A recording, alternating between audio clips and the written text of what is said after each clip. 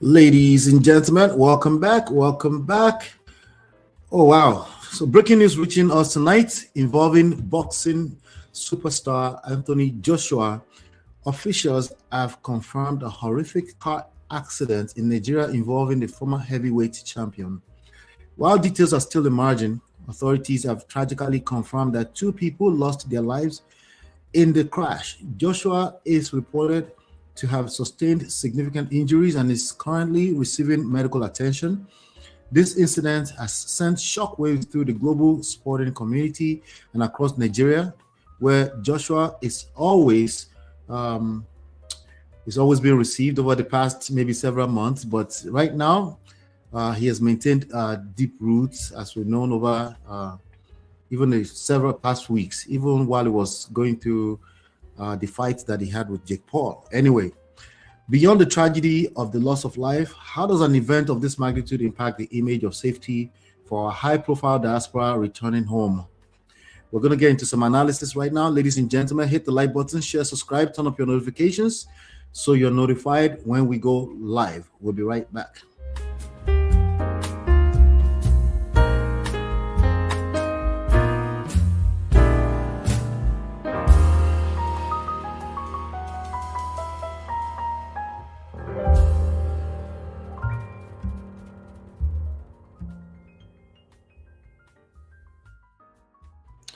All right, welcome back. So, as we were saying, there's headlines across Nigeria, across the world. Ex-boxing champ Joshua hurt in crash, two killed. BBC Anthony Joshua's promoters say two team members killed in Nigeria crash that injured Anthony Joshua. New York Times British heavyweight boxer Anthony Joshua involved in car crash in Nigeria.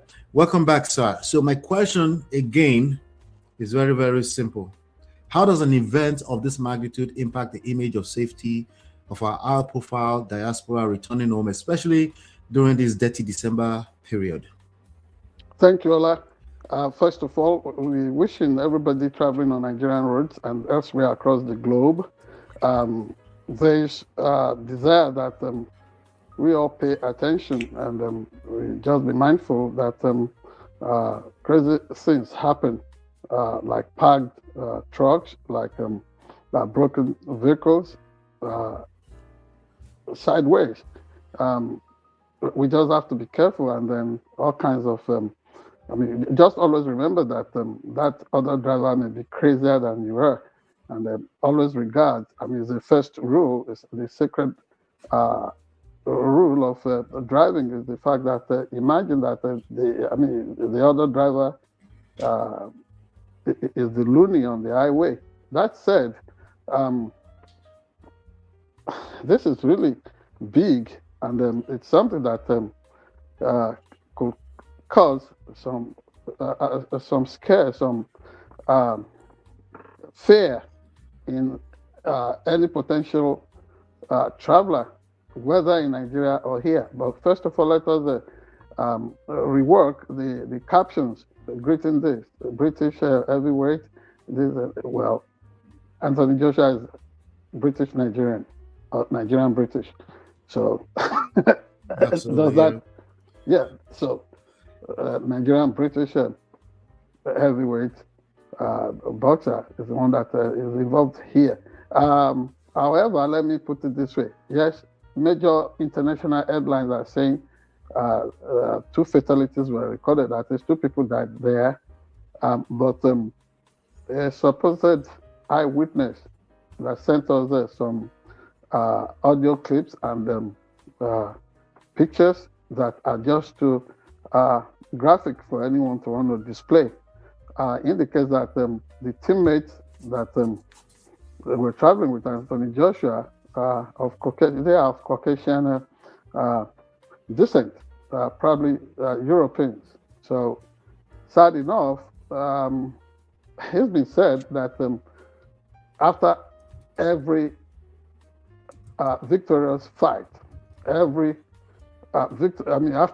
every victorious encounter in the boxing ring, Anthony Joshua had over the years developed an attitude or a ritual of quickly dashing up to say hello his to his father somewhere in the what's it called, in the outskirts of Lagos, particularly in Ogun State, Shagamu, and it's so sad that they stationed articulated vehicle by the wayside. God knows what kind of speed, whatever could have been the issues, whether speed bump, whatever this could be that had led to this, but excessive speed could not be ruled out concerning the magnitude of impact noticed in that sports utility vehicle that was also said to be the armored type, that is bulletproof. So for the impact to have been that big, it would mean something. Now, for those of us traveling on Nigerian roads, the rule, first of all, is that if you've been outside Nigeria for a considerable length of time, you don't just get into the country and jump behind the wheels. Driving on Nigerian roads in itself requires, exceptional skill. You must talk of exceptionalism when it comes to driving on Nigerian roads. You understand this fact? So we do not know if these persons that were traveling with the illustrious boxing champion Anthony Joshua, we do not know if they were behind the wheels directly or if they were not. Probably there was a local chauffeur that was rendering some service in respect of this fateful journey that has now led to this situation. However, what we know is that Nigeria has had in place for almost 39, 40 years now, a Federal Road Safety Commission that's supposed to deploy its personnel around the 36 states of Nigeria and the Federal Capital Territory, manning not just highways, but interstates all over the country, making sure that drivers are in their best behavior during festival period. So all these things should be put in perspective as to whatever could have led to this. Whether we're talking of people returning from the diaspora to savor the unique festive period in Nigeria, or we're talking of citizens and residents of Nigeria that are always in the country, honestly, everybody's just to be very careful. And there should be a better awareness concerning road use and enduring situations on those roads. Now, one thing that this could also precipitate is this attempt at doing something about the bad situations that are visible, that are demonstrable on Nigerian roads. I think going forward, somebody like you and I, or Anthony Joshua, God willing that he comes out of this, in spite of his injuries, fit and sound, probably he would look at it and, okay, something better. There should be an improvement in the way roads are constructed, the way roads are maintained, the way roads are used in Nigeria. The other angle, which is already pervasive, is for somebody to do nothing in terms of engineering, in terms of imagination, in terms of quality of materials used for construction, in terms of who gets the job done in Nigeria, and then people who embrace crass metaphysical excuses and explanations. Oh, it's always the case that whenever he wins about, he comes back to Nigeria. What's he coming there to do anyway?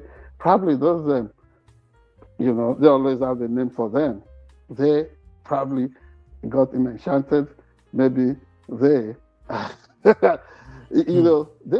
probably It was at their instance or at the prayer of a coven. That's why it's always now they got him. They got him.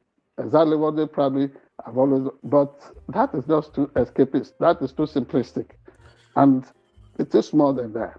It's about a vision. It's about planning. It's about how, the total picture, an holistic system that means, that dictates and means that things are better handled and done in terms of governing a nation.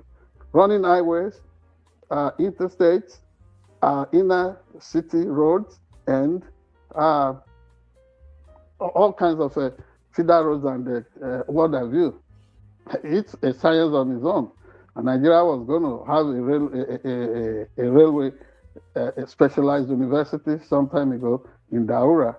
We hope beyond having specialized universities, existing departments, faculties, curriculum or curricula should focus on how people should use roads and not make roads points of carnage where lives avoidably. So just quickly, not be lost. Thank you. Sorry to interject there. The two associates, their names are Shinogami, and the other one is Latif Ayodele. So, those names are sounding like they might have roots in Nigeria as well. In Nigeria as well. Yeah. Yeah. And these are his best friends, and they train together. One of them is his personal coach. One of them is I forgot what they call it, but they are part of the team. But they are the usual guy who came to Nigeria with him over the past 2 years or so, whenever he visited. And it seemed like he's been taking some particular special interest in Nigeria, In fact, there's a picture, I'll see if I can find that picture. There's a picture of him receiving an award from President Tinubu, and President Tinubu has also released a statement about this earlier on today. Maybe at the last segment we can review that statement. But yeah, it's a very sad situation. So we never can tell. Pictures sent to us about them. Like I said, those pictures were too graphic. They were too gory for us to want to throw out here. We just have to use the rule of self-censorship to make sure that we do not do something that could assault the mentality and sensibility of our people, of our audience. Now, some of those pictures, those pictures were showing people of Caucasian, but Nigerians, they were just saying Oyibo. So they could be mulattoes. They could be. It's just racial. They are what you might describe as racially ambiguous. They are probably mixed kids. Of a mixed race. So, yes. So these are the things. Whichever, any loss of life, any human loss, always diminishes every one of us, because we all belong, as human beings.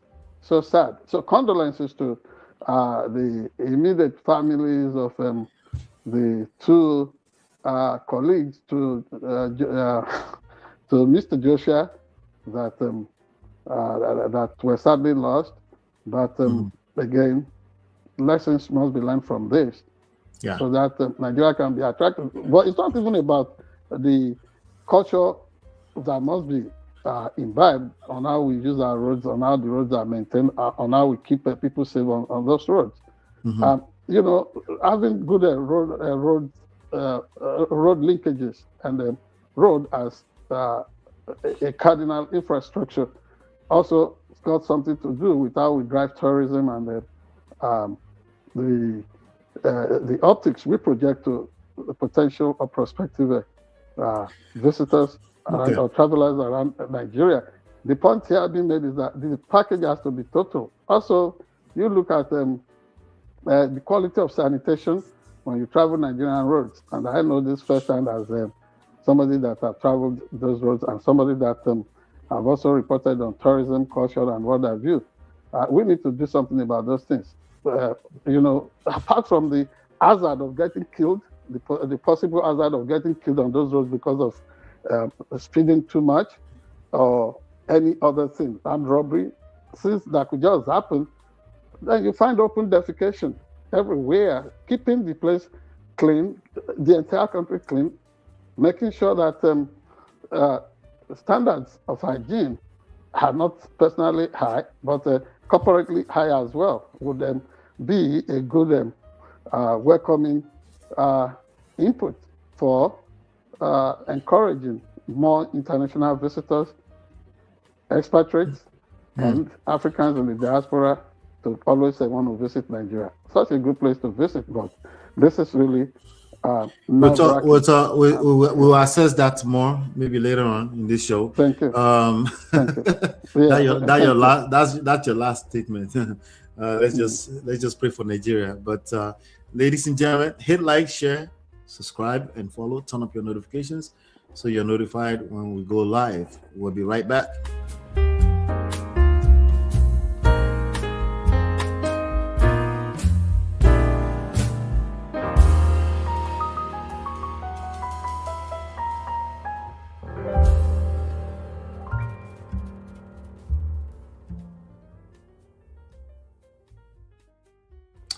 Elon Musk predicts 12 years of Trump-Vance rule. So the tech billionaire and key Trump ally, of course, Elon Musk, has made a bold and highly controversial prediction about the future of the United States government. Musk is now publicly forecasting a 12-year reign for the Trump-Vance administration.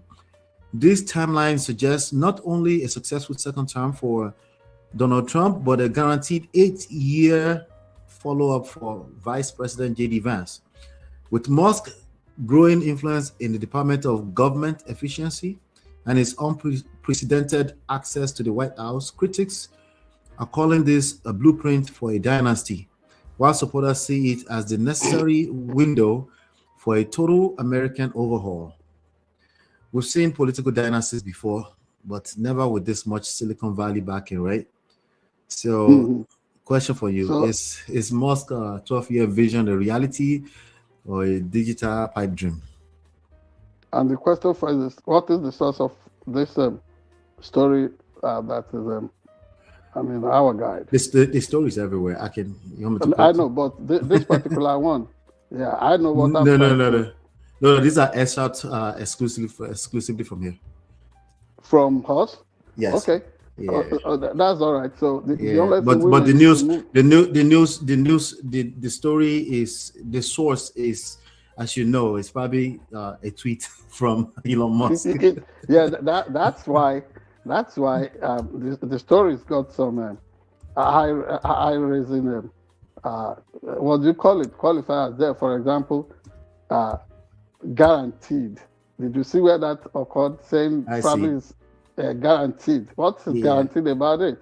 The only thing that can guarantee anything for anybody, if this must not remain digital pipe dream, like you were trying to point out, the people that can guarantee that the rest of us American voters get it.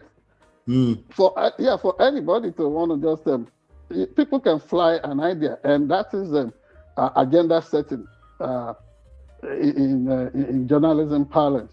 Agenda, there is no crime about flying such an opinion, considering the fact that in the past he sold the idea of Donald Trump coming back, pumping enormous amount of money to back that kind of wish agenda, and then the agenda, and but do not forget that it wasn't as if there was a landslide. I think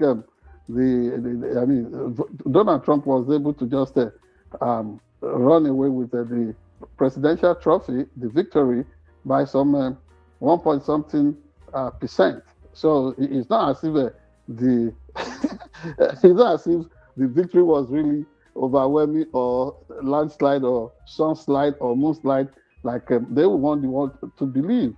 Now, what does this suggest? Since it's not about the vision of what had been tested with American majority of American electorates to have a scientific conclusion right there. Mm-hmm.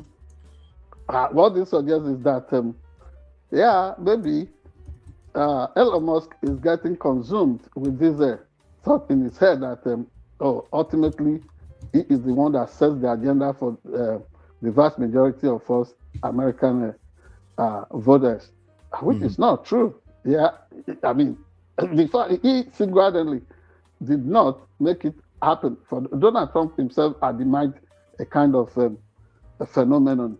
His playway campaign tactics.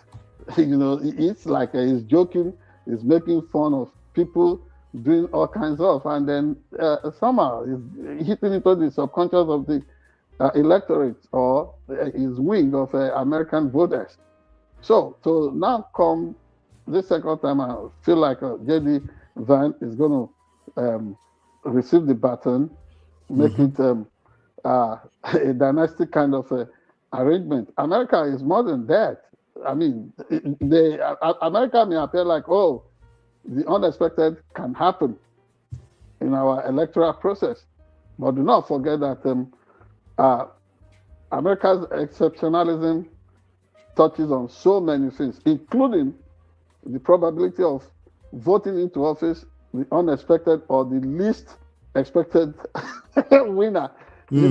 So this could, I mean, if Mr. Elon Musk would just chill out a little bit, look at himself, and then this so-called influence about what he's been able to do with the DOGE, Department of Government Efficiency, I think he should begin to also think critically that whatever reforms took place there, was it really acceptable to the vast majority of American people? If what the next election is going to be, or maybe let's look at the next round of midterm elections, 2026. Let's see what happens concerning congressional seats, senatorial seats, if they are able to keep a hold on the majority that they control in those. I mean, Republicans control in the Congress. Then maybe Elon Musk will say, okay, beyond what anybody can see, my crystal ball is telling me that I can really influence the views of people to get this done. But single-handedly, it cannot just think it loud and feel like, that is the way it works in America. Do not forget that at this time, everybody is looking at a panoramic view of events flowing from the American presidency, from the White House. Everybody is going to look at, okay, how am I faring under this government in terms of my personal economics? How is the nation faring with the far-reaching reforms being introduced in terms of immigration? How is that touching off on rural communities, farming communities, where fewer hands are being engaged to till the fields in terms of farms? And then people are also going to look at the impact of the tariff, the tariff thing pursued doggedly by Donald Trump since coming into office this last 12 months. So these things are really going to be the driving dynamics for the decision of Americans to know there will be 12 years of unbroken. To answer your question, sir. To answer your question, right. The source is actually Doge alumni reunion, something that they said happened in early December. So it was one of the statements that he made. But quickly, in addition to that, it's an in-house thing, So, but quickly, viewpoint. But in addition to that, there's a report here on the Daily Beast saying J.D. Vance has reportedly spent much of Donald Trump's first year back at the White House doggedly trying to keep the president and Elon Musk from tearing one another apart. True. Amid his explosive divorce from the MAGA leader earlier this summer, Musk only dropped much trumpeted plans to form his very own America Party, following a secret intervention by the vice president and his team, according to the Washington Post. Yeah, don't forget that. Do not forget that Elon Musk has always been a big financier for J.D. Vance. In fact, the person who introduced him to politics, and from what people have always said. So please continue. No, that was it. That was it. Just wanted to drop that in there for you because you were asking about the source. Yeah. Yes, things got so tense between the president, President Donald J. Trump, and his close political ally, Elon Musk.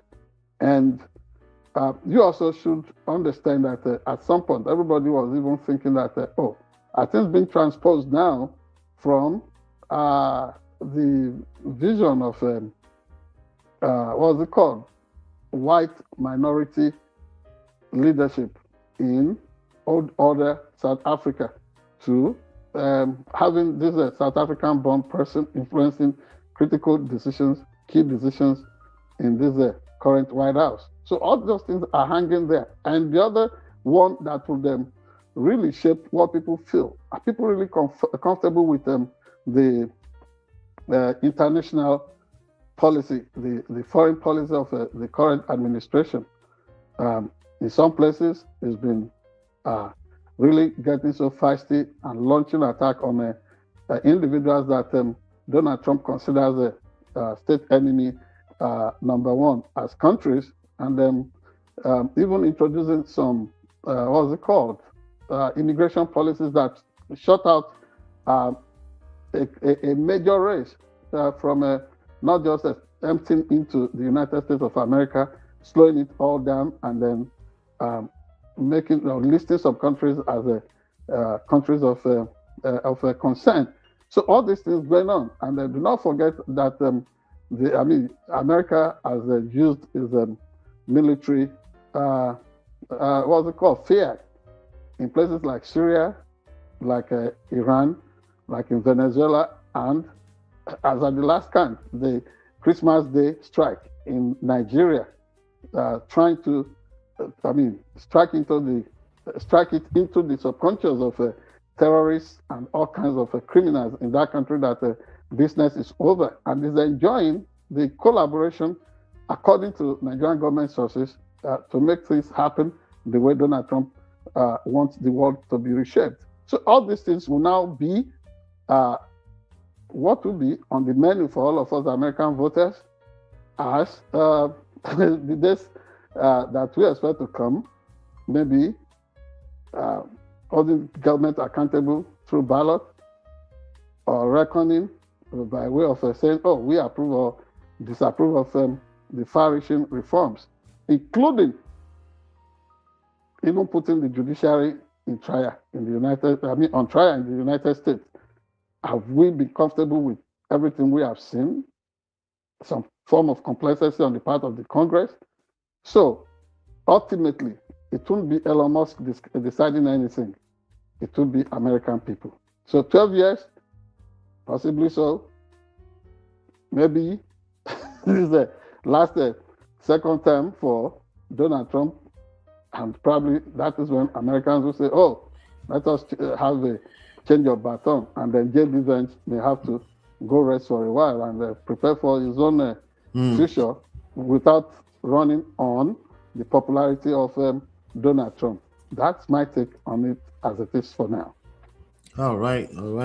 Let us know your thoughts. Shout out to Natu. Shout out to Marriott. Marriott says 12 years of sleep. Shout out to Christinelle. She says she just subscribed. 12 years of slavery? I do not know about slavery, but I may be of a discomfort. Yeah, thank you so much. Yeah. All right. Ladies and gentlemen, hit the like button, share, subscribe, turn up your notifications so you're notified when we go live. We'll be right back.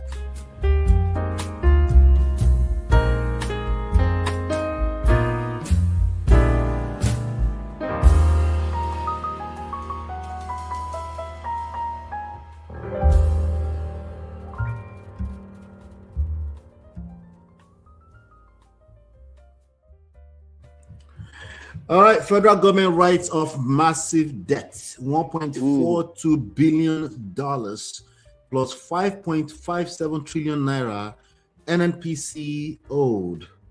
So we're looking at this special report, billions of dollars, trillions of dollars. Wow, Jesus. The federal government has just dropped a financial bombshell that is leaving economists and taxpayers breathless. In a massive debt write-off move, the federal government has cleared a staggering 1.42 billion, not naira, dollars, and 5.57 trillion naira owed by the NNPC. This clean slate comes at a time when the average Nigerian is grappling with unprecedented inflation and the rising cost of living. While the government argues this is a necessary step to reposition the national oil company for global investment and transparency, the optics of such a massive bailout are sparking outrage across the country. Is this a strategic masterstroke to save our energy sector? I mean, this is just another Dangote slash. What is going on here, sir? What do you think about this? Is this good or bad, considering the overall state of things? Well, I own up to not being an expert economist, but as somebody that also was keen on the that news from Punch Nigeria, by the way. Punch Nigeria. I know, and Punch. If it's coming from Punch, you can trust it. Anyway, they haven't paid us for that promo. Anyway, they didn't pay us for that. I mean, if a news organization or platform is good, it does good. Punch is one of Nigeria's best.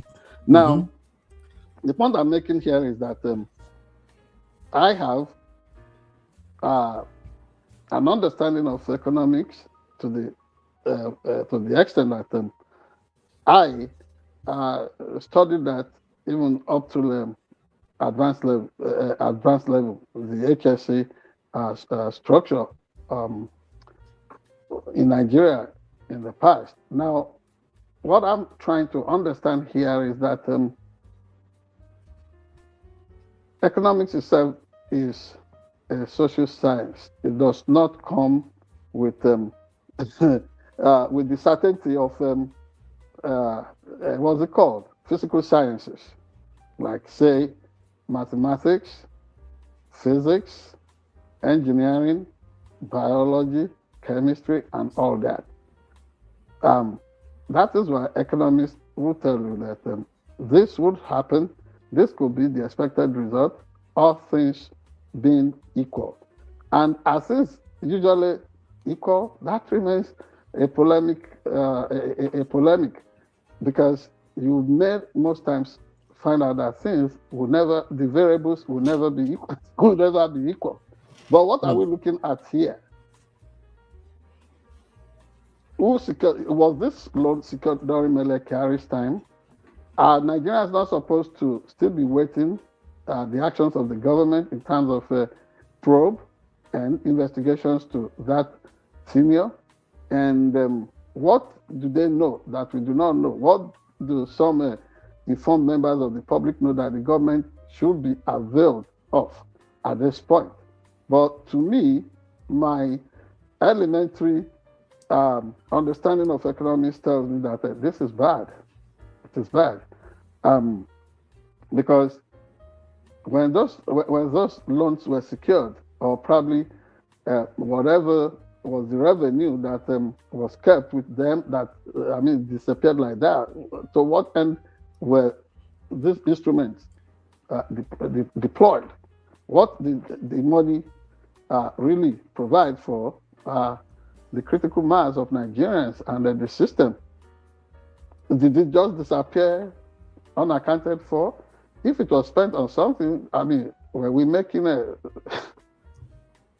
we spending money without putting in place contingencies for having good return on our spendings? Whatever this is about, I do not think it is good. But they know some things we do not know, and this is why they are called the leaders, whether elected or appointed. We are waiting for further explanations, for further notes, and on what on what this money was spent on, or if the money was taken outrightly outside the system without the due process, without them being properly retired. We want to know. We just want to know because they've given on this report here, right? They've given on the report published on Punch Nigeria, they've given a little bit of what we know that most Nigerians are not going to read. Like what? So President Bola Tinubu has approved the cancellation of a substantial portion of the debt owed by Nigerian NNPC, of course, right? So they said this is contained in a report titled Report of October 2025 Revenue Collection presented at the Federation Account Allocation Committee. And in the section headed Recovery from NNPC Limited Outstanding Obligations, the Commission said the debt early reported at the October meeting stood at $1.4 billion. And then there's a 6 trillion naira plus to different bodies. Now, it disclosed that the presidency had now approved that most of those balances be removed from the Federation's books. So this is, they're moving numbers from one balance sheet to another balance sheet, right? So, but they're trying to present what will look good for a global investor, if you will, you know. So it's probably similar to what America would do when they print money. They just come out and announce a different interest rate, and before you know it, the money in your pocket is now less in value, right? And then they might call that a write-off a certain amount of debt, you know. But indirectly, is a way of maybe making the hapless majority of the people to pay without being. Someone is going to have to pay for that. Yeah, exactly. So what I'm driving at here is that this thing that looks like it's being written off in a substantial way is going to cost something. It's not free of cost to the Federation account or to the average Nigerian taxpayer. This is the point I'm making exactly. So the question now arises: why is it that government, whether in the United States or in Nigeria, why is it that they do not operate an open book with the citizens? Why is it that things are not really made very clear, not too obvious for people to know that, okay, exactly this is what we're talking about. This is the cost to our pockets. This is what it has done to our system. And this money, did it disappear or did it really fund some critical stuff in Nigeria? We know that at the moment, Nigeria is waging a kind of war on all manifestations of crime: terrorism, banditry, kidnapping, armed robbery, gangsterism, or what do you call it, cultism, all those kind of things. Nigeria is trying to have a huge pushback.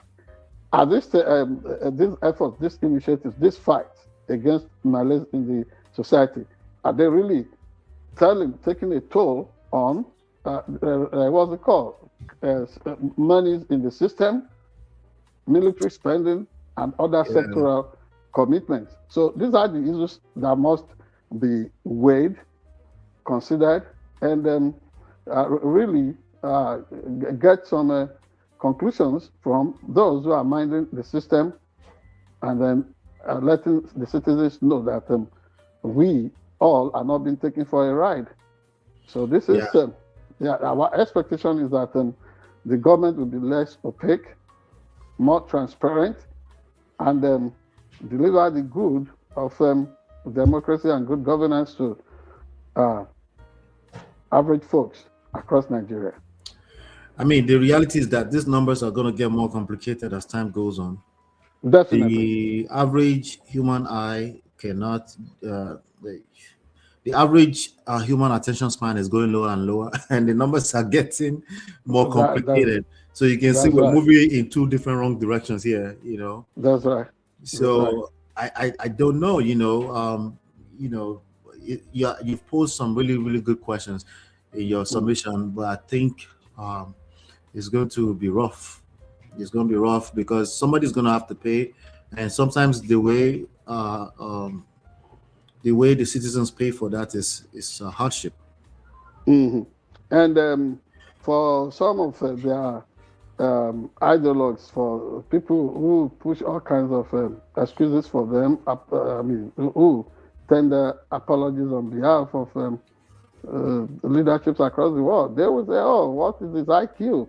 Maybe 5%," and all that kind of nonsense, instead of just operating on the same page with Nigerians. Because you look at them, whether elected officials or civil servants, they can boast of having huge villas here and there, and then, oh, journalists, what do they have? What do they know?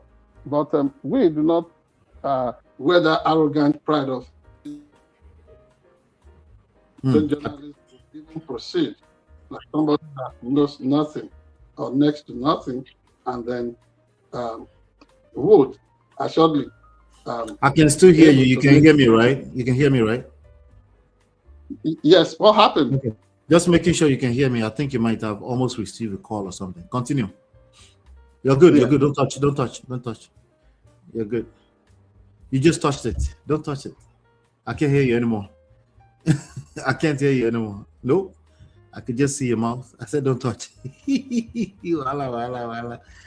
All right, let's see if we can figure that out, ladies and gentlemen. Let's see if we can figure that out, because we need him back for the special. I can't hear you yet. No, not at all. I'll let you know once I can hear you. Mario says we wrote off 70% of our annual budget in debt. I'm telling you, I'm looking at, I don't know, let me know if you can interpret this. The Punch Nigerian News says, despite the cancellation of legacy balances, fresh debts built up in 2025 remain. In a separate section titled NNPC Limited Outstanding Obligations, the regulator disclosed that statutory obligations arising between January and October 2025 still stood at $56 million, and I think it's 1 trillion naira for PSC and MCA liftings and JV royalty receivables, respectively. I can't hear you yet, sir. You might have to let me push you out. Come back in. I'll push you out. You come back in. Grab the phone. I can't hear you. I just see your mouth moving. Let me see. Nope. I'm gonna push you out. Just hit the link from and then come back in, okay? All right. So let's try that. Let's try that. One more. These things, man. Yeah. So I don't know. Do you understand what they're talking about? It's just a lot of numbers all over the place. You know, there might be some global investors out there that can find a reason, I guess, to be more interested in pouring some more money. Maybe it just looks good enough to continue to steal money, allegedly. I don't know, you know, but it looks like this is just another, let's just fulfill all righteousness to me, you know.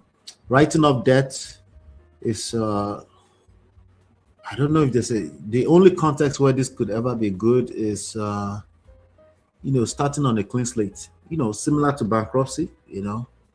But if we know that bankruptcy is never really a good thing by itself, then this is not a good thing. But if it helps, maybe as a fresh start, because after all, Nigeria is a sovereign country, so I'm sure there will always be some level of interest, even if it's simply because of the resources, even if it's human resources alone. You know, so let me see. So they are operating at a 50 million. Are you talking about dollar or naira? You got to be talking about dollar every month, and they are selling oil. Yes, this is. I think this is part of the noise that Dangote was making noise about some few weeks ago. I think this is part of it. You know, so they're trying to patch to just look at NNPC is owned by Nigeria? It's a Nigerian corporation, right? So of course, Nigerian corporation is run by these people that, you know, the cabals, the people that run the government. So do you think they have the best interests of the regular Nigerians? Your guess is as good as mine. Your guess is as good as mine. All right, let's see. I think it's coming back in. All right, let's see if we can position. I can hear you. Can I hear you? Let me see. Can you hear me? Yes, I can hear you. Yes. Let's just position the camera. Sabotage. Yeah. We're fine. That's the thing with these things. I say, I can hear you, don't touch. And then the next thing you did is exactly touch. Reflex. Yeah, it is all right. All right. So move it closer to the flower a little bit. All right. All right, perfect. And then all right, so we were just looking at the numbers and seeing if some of the if Marriott can make sense of some of the reports in Punch Nigerian News. I think she's just as confused as the rest of Nigerians. She said, if you don't fix the issues, will you write off corruption and ineptitude every year? Would do us now. They've been doing that for years. That's right. Yeah. It's a culture. It's a mindset. It's a systemic thing. Just throw something at them, let the number be huge, and then they will be fine. Yeah, they will be okay, and nobody will be okay with that. This kind of mendacity really does not help anybody, and Nigeria must roll like a place where there is a culture that people matter, their hard-earned money. So I mean, supporting the system also matters. Sorry, rest back into your seat so that you can be positioned well. Rest back, straightforward. Thank you. All right, yeah. Am I still making sense? Yeah, you're good. You're good. Yeah. Yeah. So that is the. All right, we're gonna move into the special. Ladies and gentlemen, hit the like button, share, subscribe, join the conversation. Let us know. Maybe you understand better than us. Let us know what your thoughts are in the comments, and we'll be right back.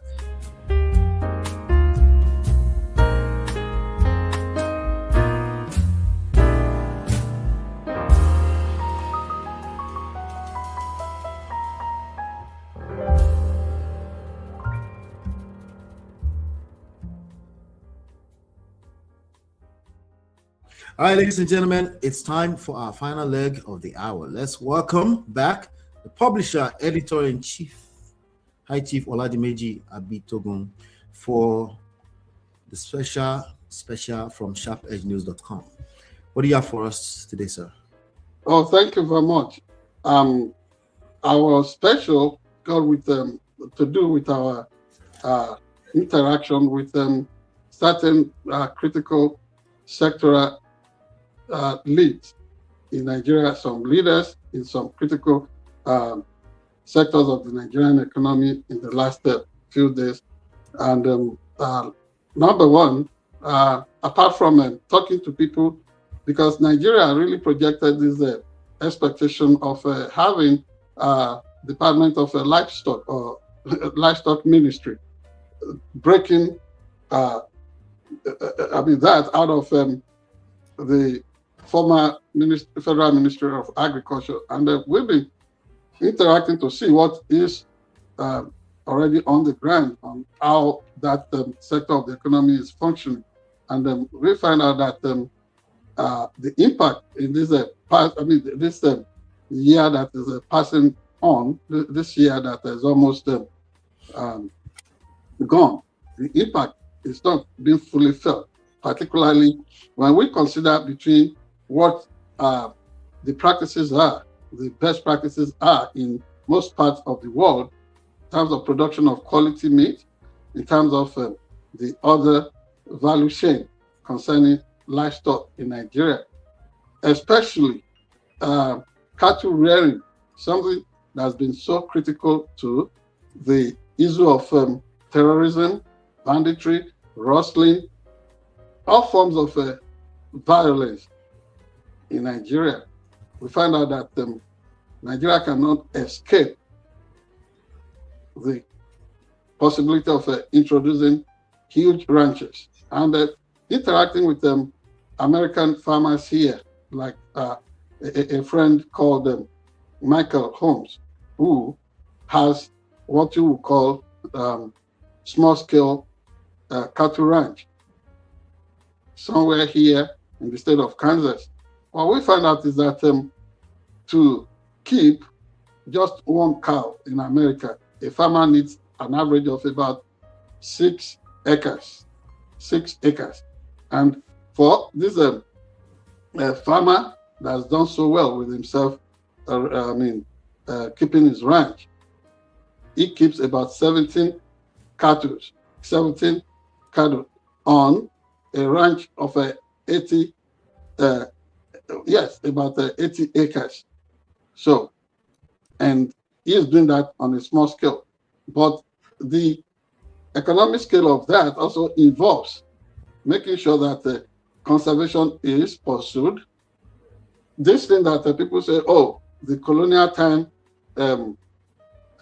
nomadic routes all over Nigeria should be kept, it's been encouraged and all that. No, people should just consider investing on ranches. That way, city water system or state water system can also make some money irrigating and making a pond or pool of water available for cows to drink. If you make those cows to wander around the country range free, honestly, the quality of meat and whatever is coming from there will not be okay. And it is a kind of rotation on all these acres of land where cattle are reared in the United States, and then make sure that you are ready to also grow your own corn instead of just allowing your cattle to range into to plots of farms belonging to farmers who are already taking too much toll in terms of economic hardship in Nigeria, and then securing facilities that will make sure that when losses are incurred, these cattle owners can also get some reprieve. That is the little perspective we are bringing on that. Again, from there we move to the celebrations going on in many departments in Nigeria today, not just departments, ministries, and parastatals, particularly correctional service, where a good number of personnel were promoted recently by the management of Nigeria Correctional Service, led by Mr. Sylvester Ndidi Nwakoche. These people whose promotions have been stagnated wrote their promotions exam. For those who passed, they were promptly promoted. And this week, the majority of them were smiling to the bank because they are receiving alerts in their account showing that backlog of unpaid promotional allowances and pending entitlements were being paid. And guess what? This man works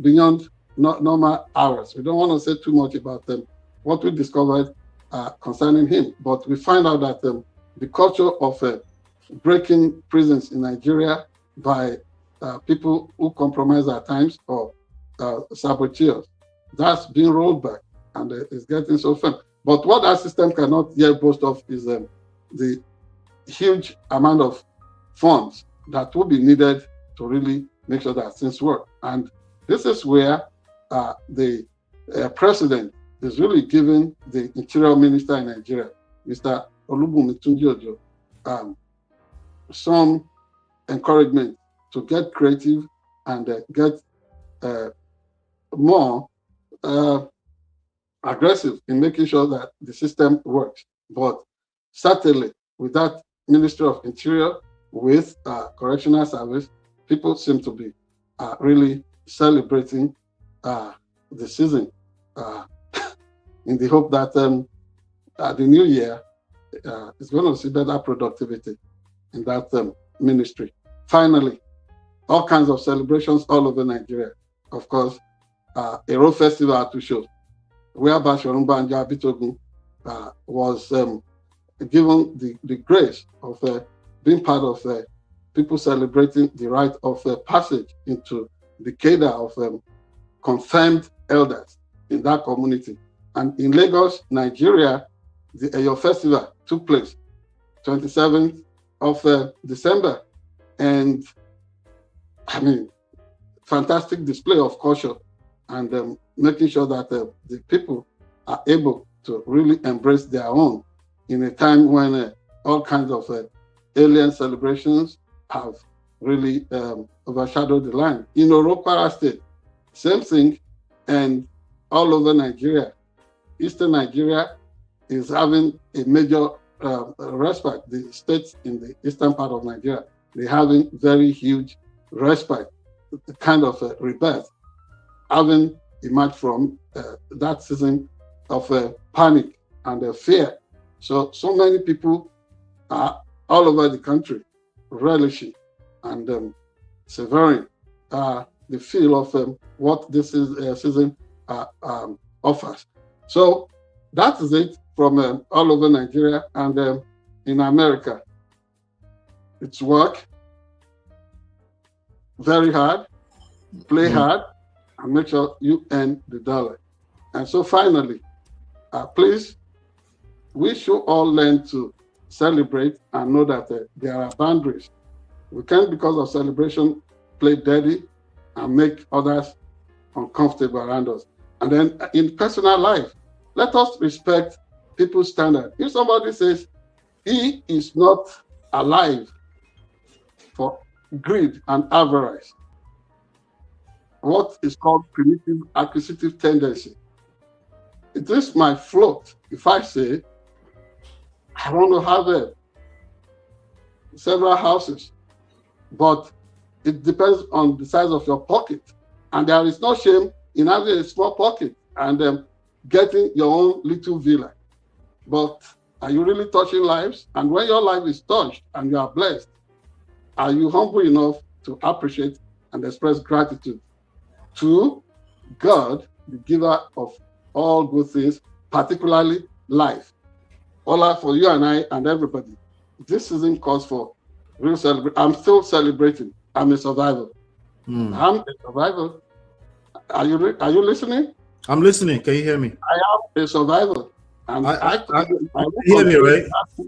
Showing gratitude to all of you around me, people who impact my life in big and small ways, because that is the way God does it. I am grateful. You can hear me, right? Yes. Okay, just making sure. All right. Yeah. So on that note, we are wishing, personally, from the state of SharpEdgeNews.com and TV, a prosperous new year ahead. Absolutely. Absolutely. I'm wishing all of you the same thing. Marriott, Natu, and our new guest here, Chris Nell, and everybody that watch, all the new subscribers, we're wishing you a brand new, fresh 2026, successful 2026. And we actually, this platform right here just clocked 2 years. So the mantle is on. We're still going hard. And condolences to everybody that's feeling the impact of that crazy news with I describe it as crazy because to be honest with you, I'm still very angry with that news about Anthony Joshua. And not just that crazy news about Anthony Joshua as a colleague.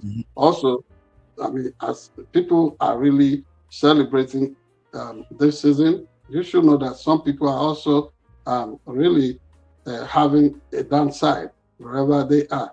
But do everything possible to avoid persons that would push you into depression or will gang up, make sure your life is short-lived. No, you've got every reason to be happy and live your life. Thank you. Yeah. Yes. I wanted to read this as a roundup. I really don't want to finish the year on a bad note, but just as a cautionary tale, I guess. This is a posting, I guess, from the team of Anthony Joshua. It says, emotional impact of crash impossible to measure. Joshua had only just returned to the ring after more than a year out, beating Jake Paul on Netflix in what was a huge payday. And it was in Nigeria simply to spend New Year with family when this tragedy struck. The plan had been for Joshua to fight again in Saudi Arabia in February before eventually moving towards the long talked about Tyson Fury bout later in 2026. But right now, those plans feel secondary. Joshua has lost two people close to him, friends first and foremost, including his long-term strength and conditioning coach, Gami, and the emotional impact of that is impossible to measure. Gami was by his side throughout the fight week in Miami and joined him in the ring after his win over Paul. A lot of people are talking about all the different measures. People are looking for what to blame right now. Honestly, a system is a system. You know, we do have accidents here in America as well, but what we do also have is a good emergency response system. We do have that. You know, things happen. You know, so I think measures to prevent this kind of stuff, it has to be both proactive and reactive. It has to be both. You know. I see a lot of people talking about the trailer on the road. FRSC says because of the speeding, you know, people are saying all kind of stuff. But the issue is systemic. If we're going to fix anything as we move forward into the future, we need to start thinking systems. Ola, let me say this. Remember a similar tragedy that befell us in our family a few years back. It was because of a stationed articulating vehicle by the side of the road, and all 5 people precious to us in our family perished in that accident. So it doesn't have to happen all the time. It's just it's too frequent in Nigeria. But it doesn't mean that the system cannot be fixed. That is just the point to be made. Yes. All right. I have so much to say on that, but I'm personally on hiatus right now, so let me leave it alone. And 2026 is going to be strong. So let's get ready. Marriott, I see you. Shout out to you. She said, have I read Why Nations Fail? No, I haven't. I think you sent me something like that. I haven't. Marriott, please remind me. Send it to me again. Thank you. All right, Chief. Thank you so much. Do you want us to read it before you sign off? No, it's a book. I think it's a book. Okay. Yeah. Well, she recommended it in the past. Enjoy it, and let me have a synoptic view or review of whatever it is about. Yes. I think you sent it to me. I'll see if I can retrieve it. If I can, I'll let you know. All right. Take care, everybody. Wish you well for the new year ahead. Yes. God bless. Take care. Bye now.